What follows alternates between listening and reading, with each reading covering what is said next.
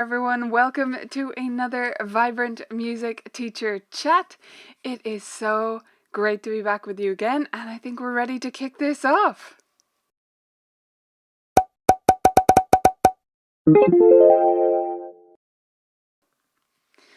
So, as I said, it is fantastic to be back with you again for another one of these. I'm so enjoying putting these together for you and experimenting a little bit. So, they've been a bit of an exploration. It's something we're doing during the lockdown at the moment. Hopefully, we'll continue it in the future. We'll see what that looks like. But for now, we're doing this 3 times a week. And in each one of these chats, I do something a little bit different, but I always take live questions from you guys in the chat right here. So feel free to add in any questions you have at the moment about online teaching, anything you need help with in general. I'd be happy to help you out with that if you're live here, or if you're on the replay, I can reply to you as well. Great to see Faye, and not sure of the name there, Tavel, joining me over from Ohio and Adelaide. It's quite late over in Adelaide, isn't it? Well done for tuning in there. So today's experiment is a little bit more experimental than the other days have been. We're getting a little bit bolder. Last week we did several interviews. Today I'm going to be doing a lesson planning session where you guys can have a little bit of a fly on the wall look at how I do my lesson planning, and hopefully that'll be useful for you. We'll see how it goes. You guys can give me feedback. If it's boring and useless, you can let me know, okay? I wanted to let you guys know first though about our coupon and our schedule. So this is the coupon to sign up for Vibrant Music Teaching right now. If you're not a member yet, you can get your first week for $1, so you get access to the resources you need right now. And this is our schedule for VMTC, Vibrant Music Teacher Chats. Monday, that's right now, 2 p.m. Wednesday is at 3 p.m. Dublin time, and Friday's at 2 p.m. again.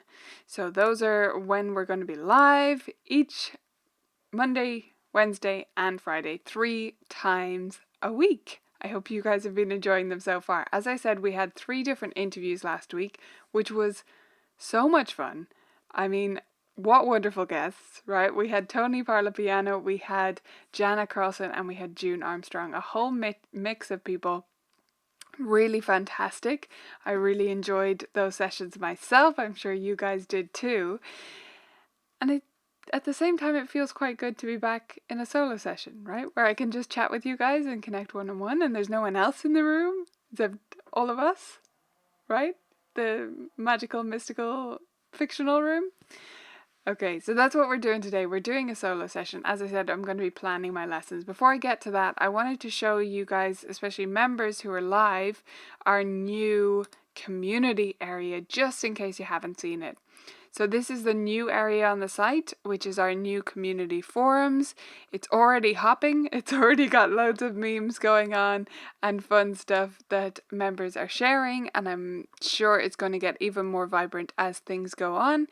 It's a fantastic place to hang out, and it's really well organized, and it's where members can now share their own versions of the games, because the most amazing thing about VMT members is how creative they all are and how community spirited and sharing they all are. Sharing is not an adjective, but you get what I'm saying. And so members have been creating these on-screen versions of games, converting them all by themselves. They came up with this idea themselves. I had nothing to do with it, but I wanted to give them a spot to organize all of that. So that's right here. You can see that there's already 30 posts in there, so that's doing really well. And it's also areas for new game requests, wins, silliness siestas for when we all need a break, and general discussion. And it's a place to hang out that is not Facebook, because Facebook can be, let's just say, distracting. Let's leave it at that, right? If you're just tuning in now, please make sure to add your questions in the comment. I see we have lots of people watching live, which is awesome. Joy K, thank you so much for saying that my sessions are not boring. I appreciate that. We'll see what today is like. We'll see whether you still think that. Like I say, you can tell me if you're like, yeah, this isn't really teaching me anything, but I think it's going to be interesting to see the planning process in action, because I get a lot of questions about this. So here's what we're going to do. Let me talk you through it first. I have already planned for Monday to Thursday students, but I have not planned for Friday and Saturday students. I would normally do them all in one go, but I saved just my Fridays and Saturdays for you guys to do live on this call. So my planning process is basically about creating assignment sheets before lessons. This is especially important now that we're in online lessons, if that's where you are too. But it was always important, actually. The last few years I have planned my lessons by doing the assignment sheets in advance, meaning writing out what my students need to practice before the lesson and just adjusting during the lesson to save myself time writing during the lesson. And also as a simple way to lesson plan, because by doing that I naturally think through the lesson, and I find that if there's things that need to go along with that, I'll go and do more research or whatever. But for the most part, that is student by student what I'm doing to plan each lesson. I do also have my buddy lesson time to plan, and that's sort of separate. And if we have big studio projects on, that's separate as well. So the first thing I'll show you is two things that are not going to be included on the assignment sheet. And then we're going to go over to the assignment sheet and we're going to fill them out. Obviously I've cropped it down, hopefully correctly, so that my students' names are not on screen, right? So there's no sensitive info, you're not going to know who they are, but I'll give you a bit of background as we go through, and like I say, hopefully it'll be interesting. This is also the process that I use to mentor and coach my teachers who work with me. So I have 2 teachers working at Colourful Keys, and we do this together every week. That's the format I've gone with for our sort of mentorship sessions or training session, weekly check-ins, whatever you want to call them, so that they're seeing the lesson planning process and gradually taking it over time, because they come to me as student teachers or teachers earlier in their career. So yeah, I think it's valuable. It's been valuable for them. I know that I've got a lot of good feedback from the teachers who work with me about this process and how it teaches them through doing, sort of, through planning together. So that's what we're going to do. Now, let me first show you some of the stuff that is not on the assignment sheet. So the first thing that's not on the assignment sheet, which is prepared in advance, is this right here. So that is our composition collaborations. So I already have these files open for today. Now this is not for my Friday and Saturday students, this is for today's students. I already have these 2 open because I'm going to be using them today. So this one needs a left hand, and one of my buddy pairings is going to be working on that. And the other one needs dynamics and articulation and tempo marks. This is part of a project which I have mentioned in a previous one of these chats, where to bring my studio together, I wanted to do a composing project that was not each student creating a piece from start to finish, but a pass it along composing project, so that one student creates the A theme. So one student wrote this much, then another student wrote this much and decided on the form. So in this case it's A, B, A, B. And then the third student or pair of students adds the left hand, with my help of course. And then the last stage is to add the dynamics and articulation, tempo mark, and give it a title. The last people get to come up with the title as well. So a lot of these are finished already. We do have a few left to do, so we're kind of wrapping them up this week, and it's been really fun. So as I said, this one still needs a left hand, this one needs dynamics and articulation, so that's what we'll be working on in buddy time. The other thing we're doing in buddy time at the moment is our surprise starters, and I do this with individual students who don't have buddy time as well. I'll show you what this looks like. Members can find this at the top of the video library. So I have a little intro video for these, and then slides showing you what to do. So in this week, the surprise starter is these different singing or playing patterns depending on the student. You can adapt it to them, and yeah, they just go through several levels of those, slightly more complex each time. So they're singing or playing one of those, and we're trying to identify which one they sang or played.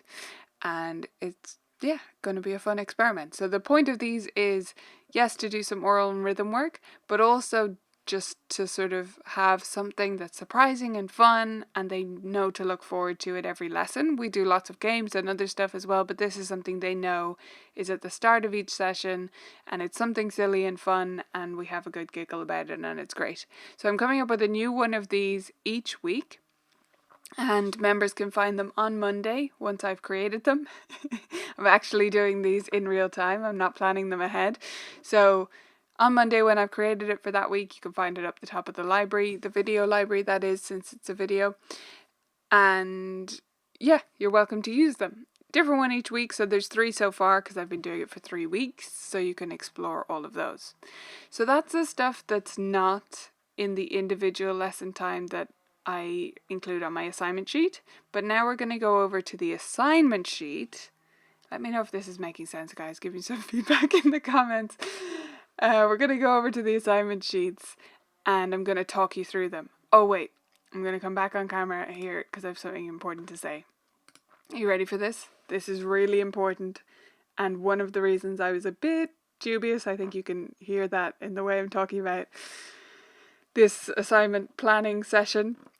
One of the reasons I wasn't quite sure about doing this is kind of a silly reason, but it's this.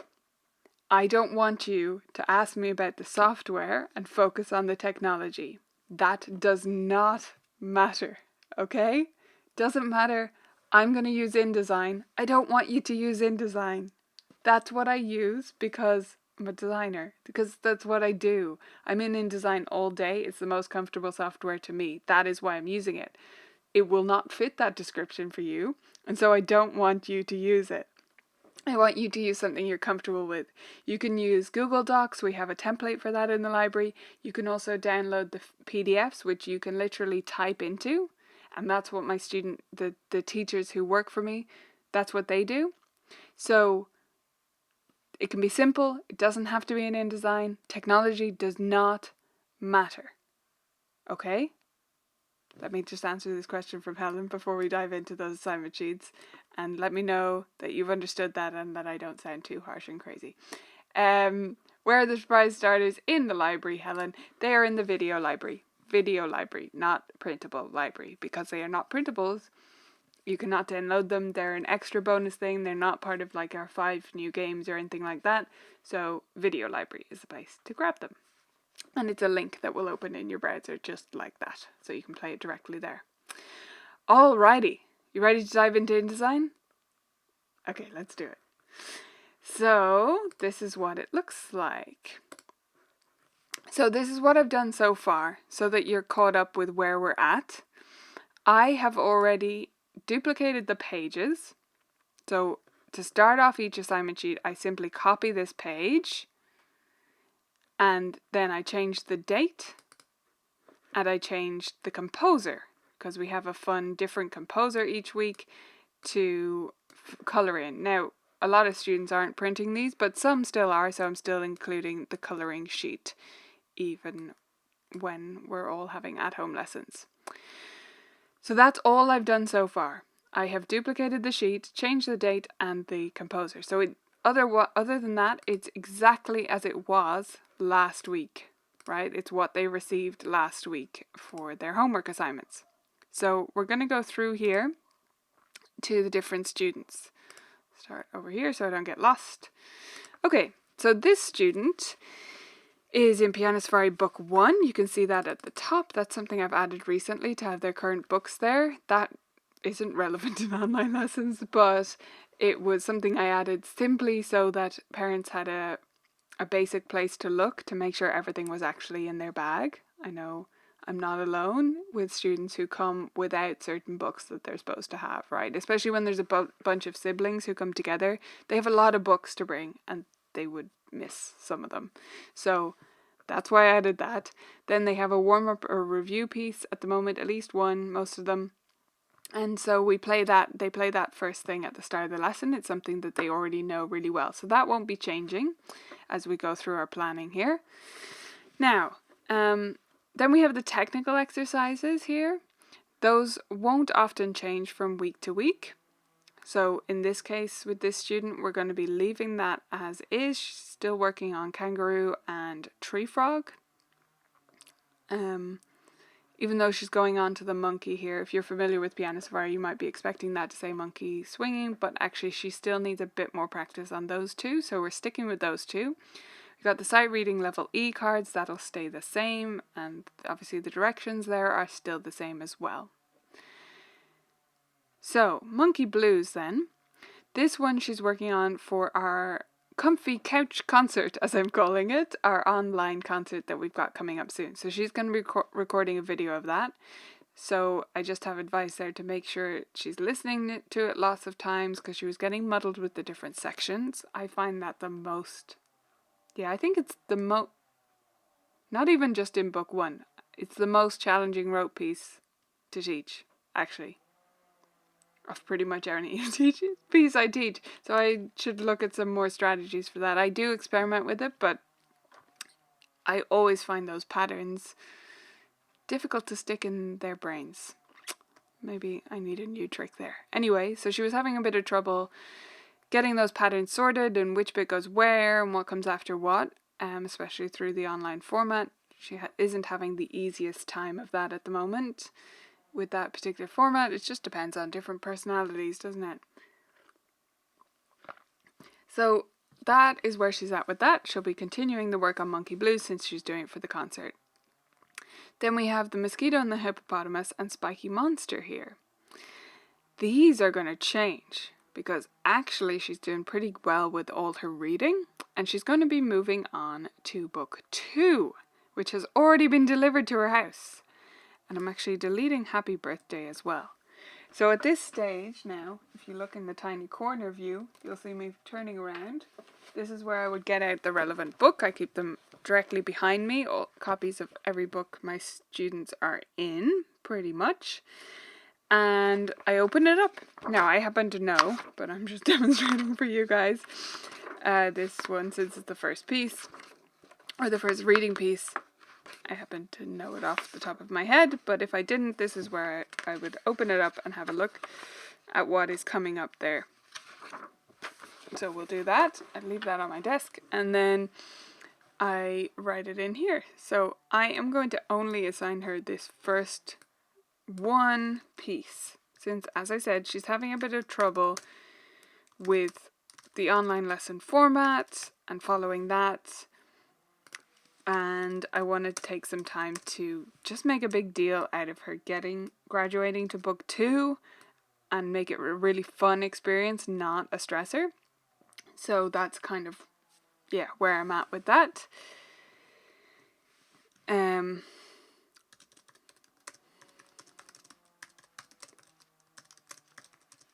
going to put a few bullet points in here. As I said, don't worry about this technical stuff and what I'm doing and how I'm making bullet points. That doesn't matter, okay?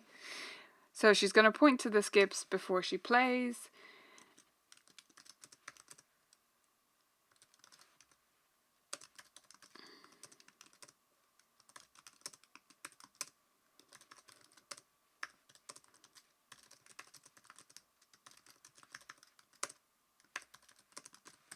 Okay, so that's just some simple advice. Now, during the lesson, I will be adding to this, by the way, but this gives us a couple of starting points that there's some notes there and I know what I need to focus on and that kind of stuff, right?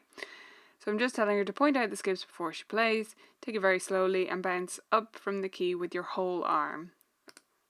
With your whole arm is just how I've come to describe that staccato technique. That's the clearest to most students, in my experience anyway, at this stage. So she is going to be doing that. Oh, I didn't tell you her age. She's 6, by the way. That's why the online lessons, not why. I do have 6-year-olds who are not particularly struggling with online lessons, but definitely it is a factor, right? So if I were having in-person lessons, I would now save this. I would print it out right now and put it in her folder, but I'm not going to do that because we have online lessons, so I just save and close this file. That's all I need to add to this. As I say, we want to take it easy in this particular student's case, and keep things simple. Let me know if you have any questions as I work through here, or if you're like, I get it now, stop, but I'll do a few more so that you get a variety of students anyway. Okay, so this student is completely different. She is currently studying for an exam. Now, what's happening with the exams, piano exams in Ireland, is that they're offering us two options. They're offering us a reschedule to September, October period that they're implementing. They don't normally do, so they're doing an extra exam period in September, October if we want to move to that. They would have been doing their exam in May, so it's not happening in person.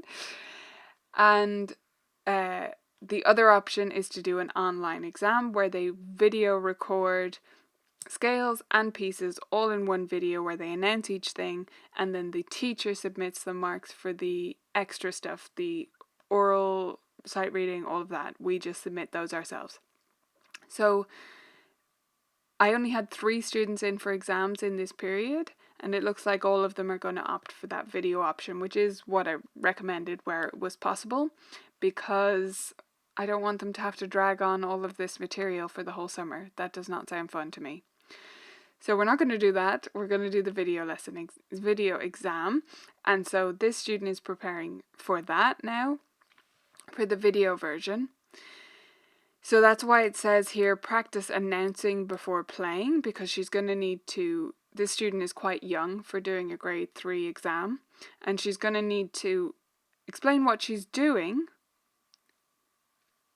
as she's doing. So she has to say, and now I'm going to play E major scale, similar motion, 2 octaves. And that's quite a mouthful. So I've instructed her to practice doing that so she gets used to it. And when we're recording the video, it's going to be that little bit easier.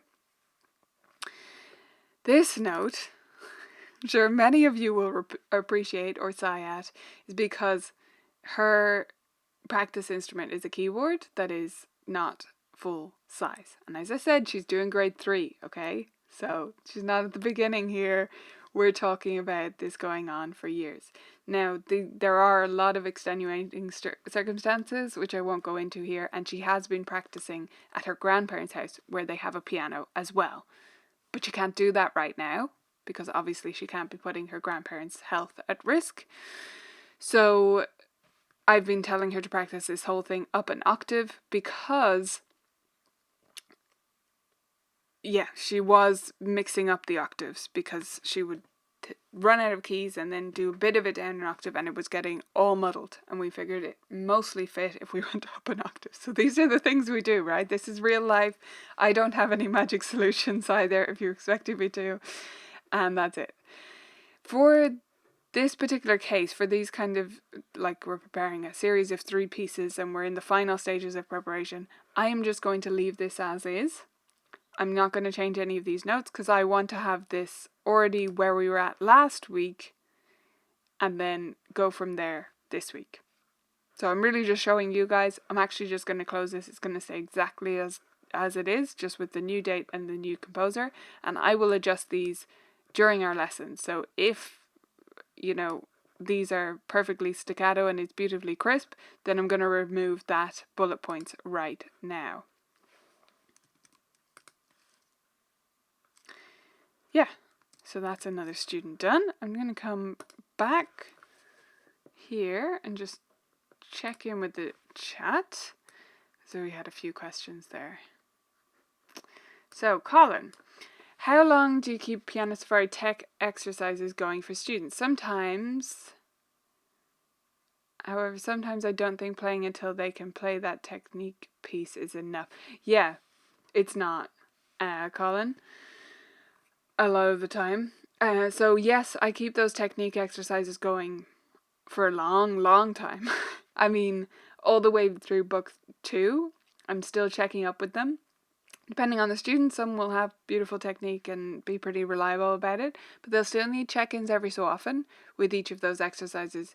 This is one area where the buddy lesson time really comes in handy for me, Colin, because we do those checkups during that time, and if like one student is at the beginning of book 1, the other is in book 2, they do the technique work together, and so they're reviewing those technique exercises if they're already in book 2 and going back to the beginning and learning them anew, which is really valuable for them. And they're also able to, like, correct each other and stuff and offer that kind of support, so they learn through that and it just solidifies everything. All of that technique stuff is just so important and so valuable.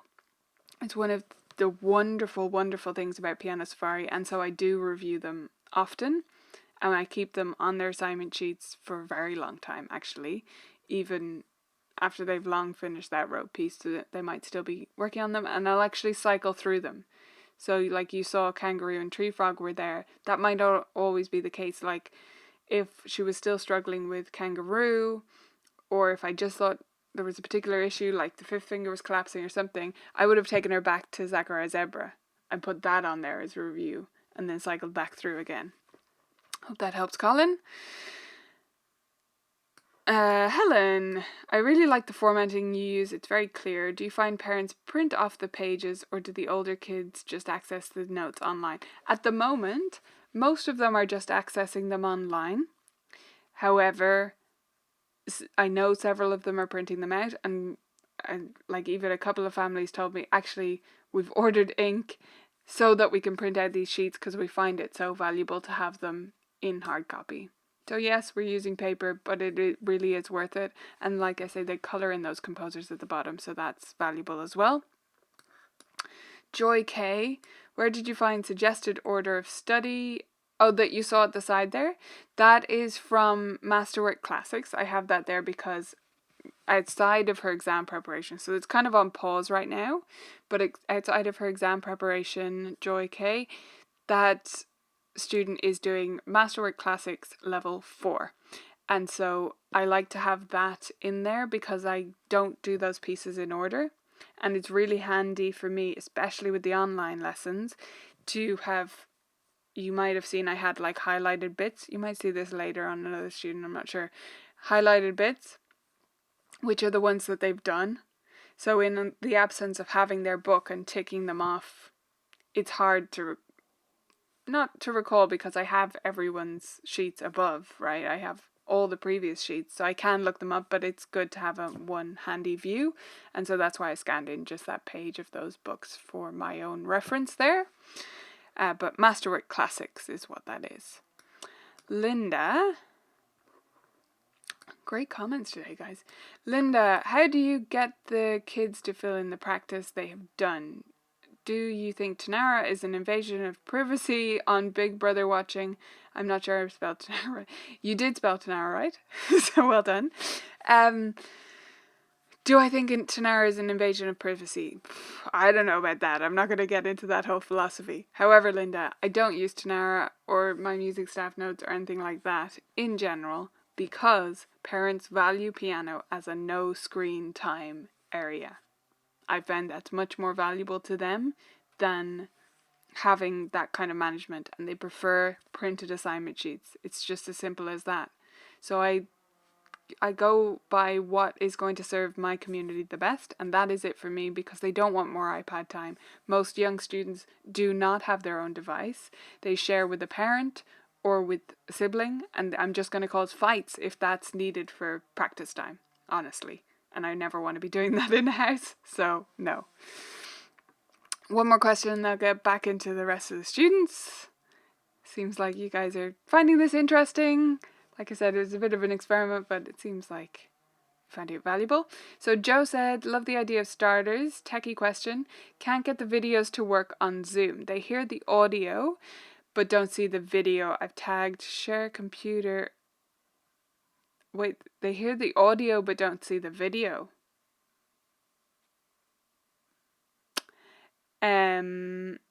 Do they see slides and things you share, Joe? Have you started screen sharing other stuff? Sounds like you don't have the app selected, or the other thing you might need to do is spotlight your video. That would take some troubleshooting, Joe. But yeah, next time this happens, make them describe to you exactly what they do see, because that could be several different things, and hopefully I can help then. Okay, nice. We're going to dive back into my screen here and we'll do a few more students and you guys can let me know as you have more questions. And yeah, hopefully it'll be interesting and different things will come up. Okay, here we go. Back in InDesign. Don't worry about the fact that it's InDesign. Okay. So let's go over here. Right, now this student, oh, there it is again, Joy K. So you can see that. So this is what she was referring to before, is this right here. So I have that at the side here, and when I duplicate, it automatically duplicates as well. And you'll see I've crossed off the ones that this student has done in that book, just for my own reference. So anyway, so she is currently working on Masterwork Classics 3, Spotlight Solos Volume 2, Famous and Fun Duets, although that's kind of on pause right now. So, technical exercises. She currently has all the major scales, contrary motion around the circle of fourths. So she's nearly completing the scale apprentice level, one of our scale levels in our students, on her studio rather. And so she's working on the contrary motion. She's pretty good at similar motion all the way around circle of fourths and circle of fifths, backwards, forwards. And now she's working on contrary motion scales and getting to grips with those. She's doing okay with the white keys. Still needs more attention on those in general though, so we keep the full pattern going. Then we have On My Way. This is the one that she's doing for the concert. This student has already recorded a video of that piece, which was pretty excellent, but we're working to make it even better. So I'm trying to take advantage of the online lesson format and do things that we wouldn't normally do. And one of those things is recording a video of a piece over and over again so that you learn from your own performances and listening back. So I actually had that video in advance of the last lesson. Great supportive piano dad sent it to me. And so I played it back to her during the online lesson through my Zoom call. And we talked about, I said before I started, I said, okay, I want you to pick out 3 things that you could do better, that you could make this even better. That's always the way I said it, even better, right? Because it's already really good, and it genuinely was. It was genuinely already fantastic. I am happy to use that video in the concert, but we can always do even better, right? And this is a really good opportunity for that student to do that. So that's what we're working on with On My Way. We're going to keep that there. Then we have Sonatina in C major. This one has been a bit more challenging for her, but she's rising to the challenge, doing great with it. This particular student is not fazed by stuff like this. Like, she wouldn't instantly get that. She's not someone who goes, okay, it's grand, you know. It's not that easy on the first try, but she just sticks with it. And so that's where we're at with that piece. She's sticking with it, she's doing great with it, and it's coming along really nicely. I played the audio for her at the last lesson, and that went over a treat. She was like, oh my gosh, so fast, it sounds so good, and you know. So that's definitely something that I think can be inspiring to students, not just me playing for them. That's good too, but the audio quality will be better actually in online lessons when I play it from a track. And yeah, so that's what I've been doing with some pieces, and I did that with that one, and it went down a storm. So that's probably her first, it's her first sonatina, so leave a rest between movements, you know, because she's getting used to that format. And yeah, I am going to leave that on the list just in case it needs a little bit more refinement, as I think it might. The next one is Soldier's March. This is where I go and grab another book. It's here. So that was just me picking up Masterwork Classics 3 because we're going to replace that one. So that was nearly there already. It's just those couple of bars basically where she needed a bit of attention on those. And you know, this is where knowing your students is vital to this process, right? People often ask me, well, what if they suddenly haven't practiced, or what if it doesn't go as you expected? For the most part, I know my students.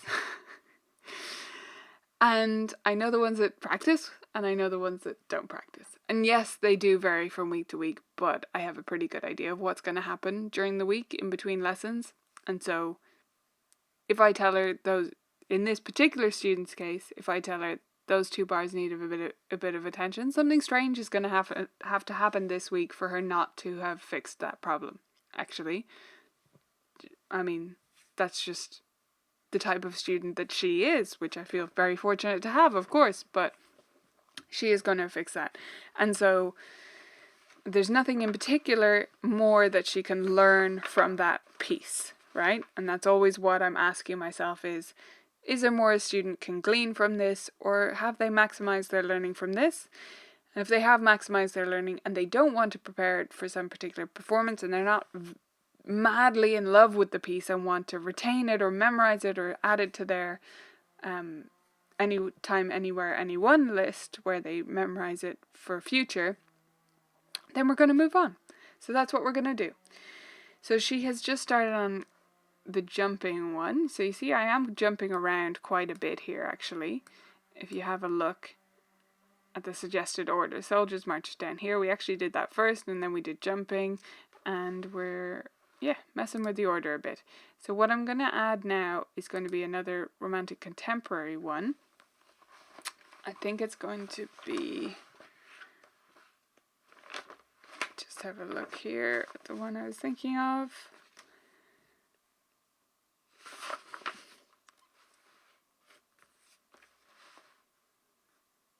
Yes.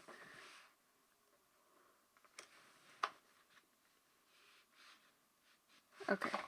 So we're going to go ahead to a lingering song. So I'm really not following this order. Sometimes I follow Jane's suggested order quite closely, and sometimes I don't. And with this particular student, I don't seem to be, do I? Yeah. So the things I'm mixing up here are, I want different styles of pieces ongoing at any one time. I want a mix of levels. So this jumping one is relatively easy for her. Sonatina, as I mentioned, is quite tricky. And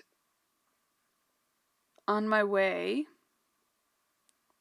is already in progress. You know what? I've changed my mind in the middle of this.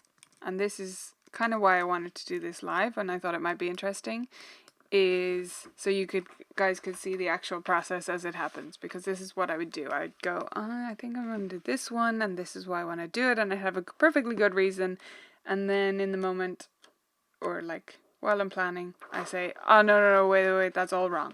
So that's what I'm going to do right now, because this student needs another Spotlight Solos piece. Actually, changed my mind.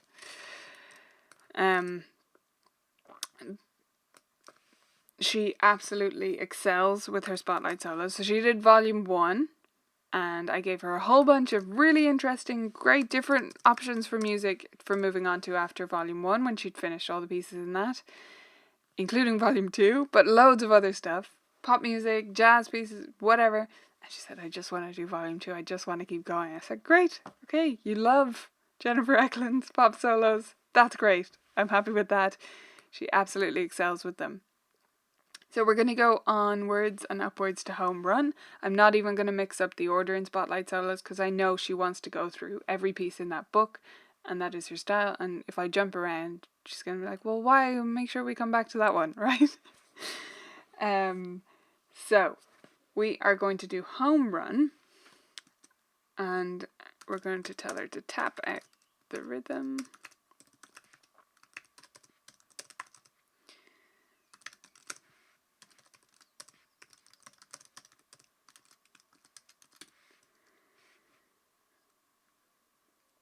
So this piece starts with a sort of syncopated rhythm. If you're not familiar, ba ba ba ba ba da da, right?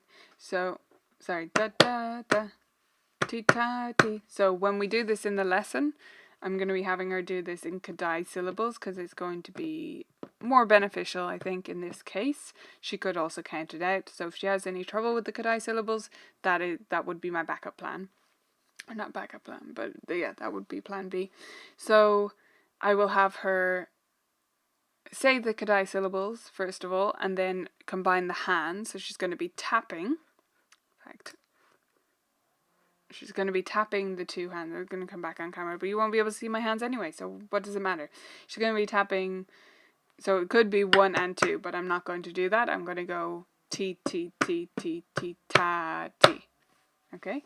Anyway, so that kind of thing is just, if I write tap out the rhythm, first line before you start, and then I'm in the lesson, I'm going to remember, oh, I wanted to do this rhythm first, and I'm just going to do that, right?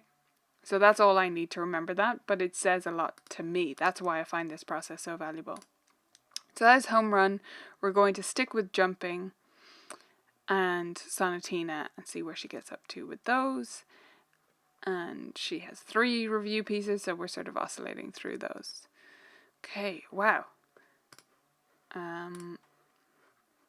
Let me come back on camera and just answer some questions, and you guys can let me know if you're like, no, I'm done with this. I've got a few more students to do. Right, once I find my menu, there we go. A few more students to do, just with Friday and Saturday, but I wanted to mention that this doesn't take this long, right?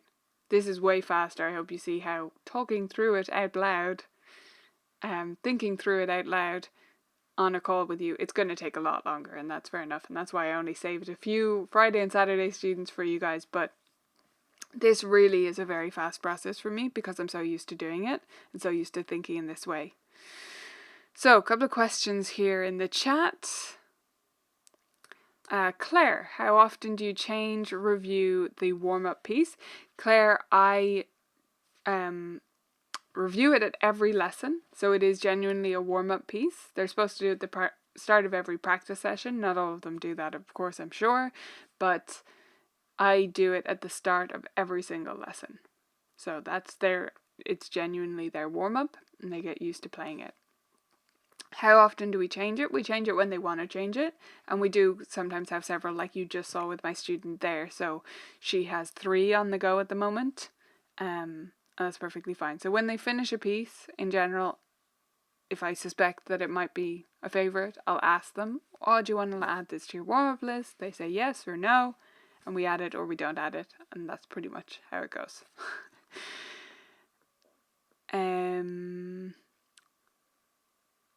Oh, that's interesting.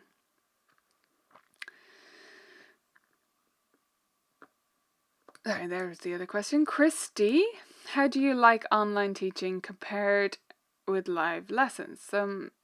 How I find online teaching makes my students to become more focused. Depends on the kid, depends on the student. Some are more, some are less. As with everything, depends on different people, right? Different strokes for different folks. So it depends entirely on the student. Some are much less focused, and I don't think that always has to do with online format. I think it has to do with some kids are really struggling with the isolation right now, and that is making them less focused. So there's a lot of factors.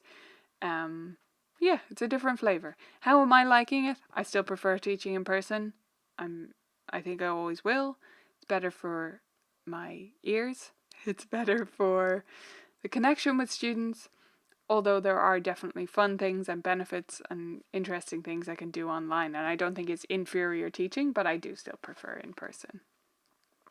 Christy also asked, do you teach using Zoom? I would like to put together a choir if you have experience with that. Christy, I would say don't try and do a choir live on Zoom. Won't work. Sorry. You can't play at the same time, sing at the same time live on a call. What you can do is get people to record parts and put them together. So that is what I would suggest, or do group calls but have each person sing individually, which in a choir setting I don't think is going to be an easy sell, because a lot of people like me who are in a choir do not want to sing solo. So yeah, that would be my advice on that. And then, oh my gosh, sorry, I thought that was the end. It wasn't. Sarah, how do your students video record their performances? Just whatever way suits them. So I've sent them some advice. You can find, Sarah, if you're in the membership, you can go to the printable library, and close to the top there is a a PDF that you can send to parents to give them instructions on, like, here's how to record it. Please do this. Please don't do that. Send it to me this way. So that would be my first stop there, Sarah. And Colin. Okay, this is interesting. This is kind of thing that I wanted to come up as part of these planning sessions, because when you see it in action, it's different, right, Colin? So you give your students a lot more than I give mine. I feel as though I couldn't get through all of your lists in 30 minutes. How do you approach each piece in such a short amount of time? I get this with a lot of things, actually, Colin. As in, people say this to me about a lot of things, like, oh, you get through so much. No matter what type of planning we're talking about, no matter what type of lessons, whether we're talking about pieces or preschool groups or talks that I give, people say you get through a lot in a short space of time. And I don't think I actually speak that fast. In fact, one of my brothers says I speak remarkably slowly. I don't think he's right about that, but however, that's an aside. My point is, everyone moves at their own pace and everyone teaches in their own certain way. The main reason I think that I get through a lot in such a short space of time, and that people often tell me that, is, now this is going to sound like a weird accusation. I don't mean it that way, but I am very prepared. I do know exactly what I'm doing, and so that does cut out a remarkable amount of time versus how I used to teach when I wasn't as prepared. So I'm talking to about my former self, Colin, not you. I know exactly where I'm going at every stage, and because I have that awareness, it does make me move faster from one thing to the next. So I think that's part of it, that I cut out that time. I'm not a talker. Despite doing sessions like this, I'm not a talker. I don't go on and on in general. I'm quite succinct. And so that cuts out some of the time as well. It doesn't tend to take me a lot to explain something. I say things quite simply and then I stop talking. So that's part of it. Another factor would be it depends on the student and their level, and I'm just thinking of the students that we've just done. But some of that I wouldn't even be having them play through in the lesson. Like if it's a new piece, let's take Home Run that we just talked about with the last student. So she's going to be doing Home Run. I'm going to get her to tap that out. I'm going to get her to play the first line. I'm going to get her to play then the first 4 lines. And then I'm going to leave her to do the rest herself because it's got a bunch of repeating itself. And I want her to grow in independence. I don't want to be babysitting her through sight reading stuff. There's no point in me watching that. And so that will be saved for her practice time. So that's another place where I cut out some time. And yeah, hopefully that helps Colin and helps clarify things. Any follow-ups, let me know in the chat there. Oh, great tip, Helen, for people who forget stuff that they meant to, do. Put directions to myself in italics as I was forgetting to do things in the lesson. I think that's a great tip. I probably would have needed that a lot a few years ago, but I think because I do this so often, this is a bit of an aside, but I was reading this really interesting book called Storyworthy. And it's by Matthew Dix, and he's a Moth speaker. If you listen to the Moth podcast, he tells stories, right? And so this book is about telling stories and how to format how to structure things and stuff like that. And one of his things that he gets you to do in this is called homework for life. So you have to write, if you were to tell a story from today, what story would you tell someone? And he says that as part of this process, you write down potential stories, but you also start to become more aware of those stories, and you start to connect them in new ways, and you start to make your brain work differently. And I think that happens with this planning process too. The more consistent I am about this, the more I work this way, the more my brain works in this way. And I have seen this with the teachers who work for me as well. At the beginning, they're like, how do I keep track of all of this? And it's only 7 students, and I have 35 in my head. But as we go through, they start remembering easier, and it starts twigging. It's just about those neural pathways forming, I assume, inside your brain, right? So it gets easier and easier over time to remember that. But anyway, love that tip, Helen. Joe, when do I try to do my planning? Straight after the previous lesson. No, I used to find that easier as well. And the more I've done this, the better I retain things from week to week. So I actually do this most of the time at the end of the week, Friday or Saturday, sometimes Monday morning, like I did today, for the whole week. So one big session generally, and sometimes cut in half. Oh, Thank you very much. I'm glad you like my planning process and it's interesting. Kathy, yep, it's in the library. There's 2 different ones that would work for this. My lesson plan format is probably the wrong way to talk about it, but as you see, this is just an assignment sheet. So there is one that matches this if that's what you're looking for. It's called a composer assignment sheets, so you can find those in the library. No, I don't, Janelle. I don't print assignment sheets after the lesson is over. I print them before and I put them in the students folder, and if I make changes or have extra notes, I write them by hand on the sheet, but it's still a lot less writing, and most of the time I've made a pretty good prediction of where we'll get to. Now at the moment I don't print them at all, so just that caveat there.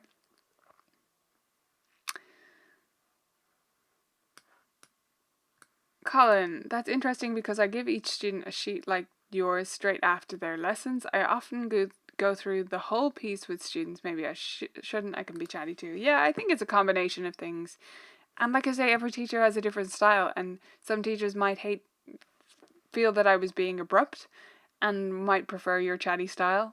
Like, there's nothing wrong with it, but I do tend to get through a lot. That's just my habit.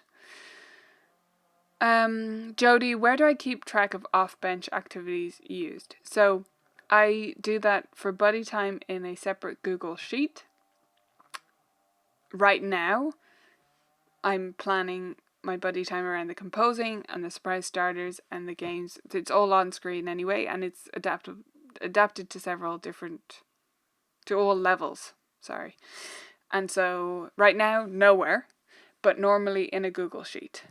Because that's during buddy time and it's separate, and it's easier to keep the 2 things separate so I can plan them. So I will generally do this first, then I'll do the buddy lesson planning from there, which is much, much quicker. Janelle, do I just keep my InDesign sheets for my notes? I've been doing assignment sheets and then keep a running Google Doc for each student with what we've done each week. No, I just keep this, but I have every previous week right within this one InDesign file. There's no reason for me to have a Google Doc as well. This is doing the job that a Google Doc would do, but I prefer this. I get really irritated when things don't work like design software does. So I prefer to stay in InDesign because it's just more comfortable. Yeah, well, if you feel like you're doing double the work, maybe think of a way that you can combine the 2, because this does do both those jobs for me. Okay, we're going to do 1 or 2 more, see how it goes, and then we're going to wrap it up because I need to get to teaching soon. So quickly, we'll do 1 or 2 more, and then if you have any follow-up questions, you can let me know. So considering we're only going to do 1 or 2, let's do something a bit different. Well, actually, this student is way earlier in their journey, so maybe that's interesting. So the review piece up here is I love coffee, and they have Thinking Theory prep book and Pianist Fairy book 1. So you'll see we're only in unit 2, approaching starting unit 3. So that means they're just moving on to the staff. Now this student, I'm going to delete that. We're done with happy birthday. I'm going to advance this on 2 pages. Because they are my own books, I don't need to even look at those pages. I know what's on them because I wrote them. So that's fine. That's just their written work for doing during the week. My dog Fritz.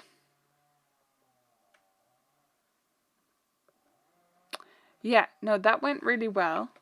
My dog Fritz. Ode to Joy we're going to keep because he is recording that for his concert piece. But My Dog Fritz did go really well, so what we're going to do, but things tend to go slowly in this particular lesson. Just requires a bit of talking through and a bit of prep and all of that. So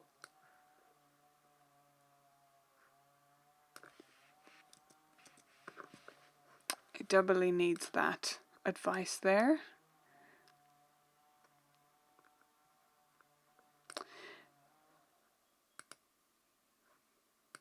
I was really happy when in this edition of Pianist they removed the extra move down for Creepy Basement. If anyone knows what I'm talking about, they used to have a 15 at the end. So it used to go down 8 and then down 15. And now it only does the down 1. Which I was appreciative of because it seemed like unnecessary difficulty at that stage. Okay, we're going to keep the comment about keeping a round hand shape because he's really struggling with that, especially in our online lesson formats. We don't need that. So this is I'm literally taking this from the My Dog Fritz, right? It's just the left hand piece that goes with that. A lot of students, going back to Colin's comment actually, most students I would have doing both those pieces on the first week and then moving on to 2 more. However, in this case we're going 1 at a time, so sometimes we need to go slower. Okay. Robots was okay, but this student is not super consistent with rope pieces, and so we're going to leave that on the list. If I find during the lesson that he can move on, we'll move on to the next rope piece, but otherwise that'll probably take a little bit more review in terms of the memory, and we're also going to have the opportunity there to talk more about Andante and Allegro, which that piece explores, which we didn't get to go into in great depth in the last lesson. So we're going to leave that there. We're going to have one new reading piece and go over Ode to Joy for his video.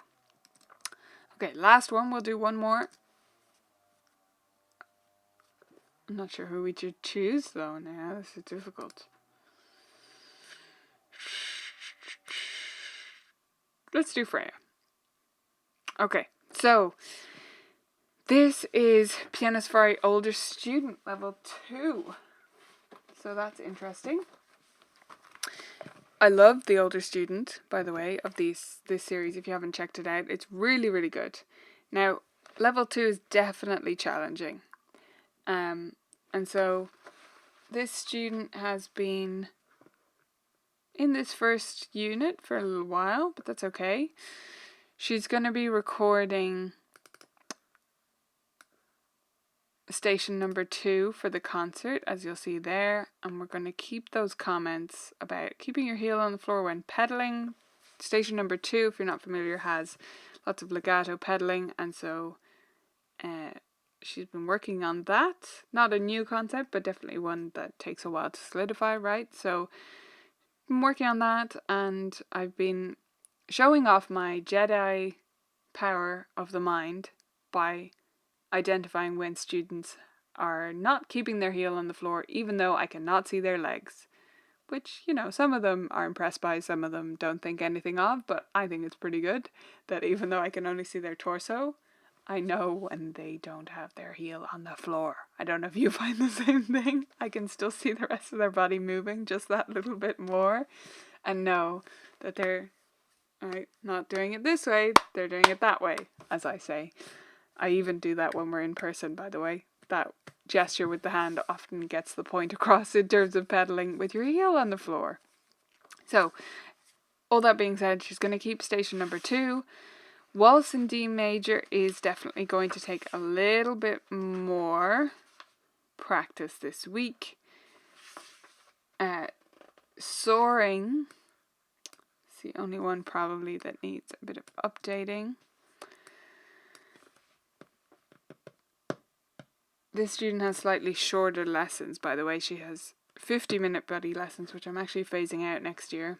But the students with that format, the last student did as well.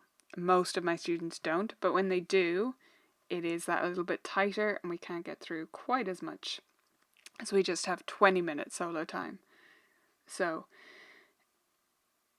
yeah. So we're going to work in this piece still on... Yeah, I'm going to leave that comment. She tends to cut notes short. And we're going to add dynamics this week. There's only a mezzo forte and a rit, but we're going to add our own, sorry. So I'm going to get her to add some more in, some crescendi, diminuendo, whatever she wants to add, and I'll get her to notate them herself. So that'll be a process we'll do in that lesson. Okay, we got through a few students. Definitely not all my Fridays and Saturdays, but I kind of thought that might be the case as we dove into each one and started answering questions and stuff. I'll just answer a few more questions. Please add yours in if you haven't already, and I'll try to get to it before we wrap up here in a couple of minutes. It's been so great to have so many of you joining and chatting in the comments. I hope you find this valuable. By the way, if you have been finding it valuable, please give us a thumbs up there. I've already had 1 thumbs down, which is unfortunate on this video. Please give me a little thumbs up, a little like. It does show YouTube that you find this valuable, and it shows me as well. I'm a person. So let me know if you've been enjoying the chat.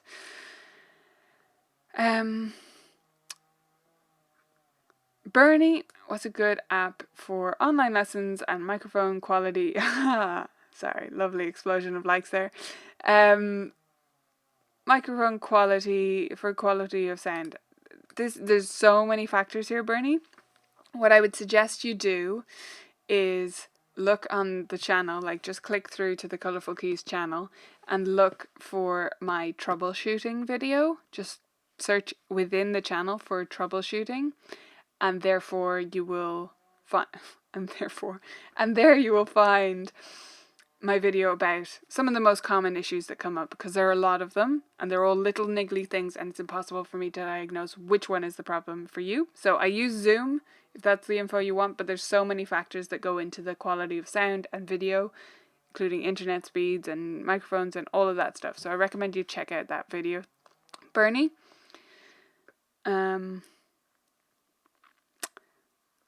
checking in here. Joy K, do you go all the way through a new piece with a student? With some students I play the left hand bass clef with them and then the right hand, and then have them play the whole piece. Am I doing too much? No, sometimes I do that, Joy. It's not wrong. What I like is a variety of approaches, because I believe that gives students more independence. It makes sure they don't become overly reliant on you. It also gives them more focus on different areas. So sometimes we start with rhythm first. Sometimes we start with singing first. Sometimes they play through the whole piece at sight with no help from me, and I watch how that process unfolds. Sometimes I walk them through every single step, or sometimes we jump straight to one troublesome area and we focus on that, and then we go back and do the whole piece, or I say, no, the rest of it is grand, you're going to try it yourself. Do you understand what I mean? So it's all about variety for me and lots of different approaches. If you're looking for these different approaches to build up, I recommend you check out some of the videos of my live teaching, that because you'll kind of see them in action then and see what I'm doing in different scenarios. I also recommend going on the Piano Safari site, even if you're not using Piano Safari Joy. Go on the Piano Safari site and look for their teaching essays area. And there's one there, I can't remember the number, but it's something like 100 teaching strategies or something like that. You'll find it. It's all different teaching strategies, and there's gold in there. That's one of the best resources for any teacher at any stage to go back to. It's honestly absolute platinum. I shouldn't have called it gold. Platinum. Let's call it platinum. Okay? I love coffee too, Colin. It's great. Christy, how do you work with very talented students? I have Jason, 7 years old, and he loves to play Mozart Sonata in C major. Good for you. I don't know how to advise specifically on how to work with a very talented student, other than make sure you're giving them enough to digest. Don't hold them back by assuming that they can't go as far because they're 7 or whatever. Make sure you're always providing enough challenge, and just keep them in the loop and treat them like a real person. That sounds like weird advice, but people often treat kids like they don't have opinions and can't speak up for themselves, and they can if you talk to them in the right way. So I would just follow his lead as much as you can while providing that guidance and making sure he has a broad range of skills. Not letting him get boxed in. Like if he's super talented at reading, awesome at that, or at playing by ear, don't let him do just one of those. It is your responsibility to keep the balance. Hope that advice helps there. Okay, quickly, getting to a couple more questions. Joe, do I think I'll stop printing when back to face and update on your PC during the lesson? Love your system and it's working well online. No, I'll still probably do what I was doing before. I will print it out because then the parents don't have to print it or download anything. And right now they're being very good and they're helping me out and they're, managing all this stuff. And it, I'm sure, is super stressful. I don't want to put that on them more than I have to. Not that you should feel guilty about that, just, yeah, I'm aware of that factor. And I find physical paper that they can colour in, remember they're doing the colouring, valuable. And also, I can't, with the setup I have, I can't type during the lesson, print it there, because my office and my studio are separate. Right now I'm teaching from my office. I don't normally. I teach in my living room, and I'm going to be keeping that separation because I like it. One of the things I don't like about online teaching is that I really am in my office all day, but it is the best setup for what I have, and I shouldn't be whinging about having a separate office, right? So, shut up. But, yeah, I will be keeping the printed system is the long and the short of that, because I don't want to add a printer out there, and because of the parent having to put in the extra effort factor. What computer am I using, Bernie? This is a Mac. I have a second screen, a second monitor up there. I also have an iPad. I have a lot of tech, but that's because I run an online business as well. So that's part of it. Helen, I'm so glad you found it helpful. You upload each student's sheet to Google Drive. I love the idea of hearing the warm-up each lesson. Yeah, it's also great for the online lessons, Helen, because, you're getting set up. I have the files open and stuff, but you set up with each student. You want to get acclimated to the new student. You don't have that natural break of showing people to the door and letting them in and settling in time. They're ready to go. And I don't like wasting any time. So just logging in and straight away going, okay, how are you? How was your week?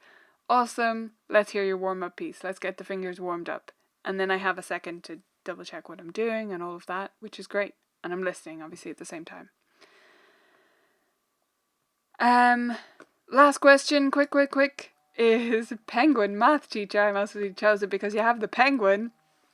Do I always start with Pianist Fairy books? No, but it is my favourite series. Nice easy question to answer at the end. Oh my gosh, this was a monster session, guys. Thank you all so much for joining me. Quick reminder before I go that you can grab your coupon code if you haven't already signed up to Vibrant Music Teaching. It's $1 for 1 week right now. The coupon code is online at vibrantmusicteaching.com. You can catch more of these chats on Wednesdays and Fridays and more Mondays.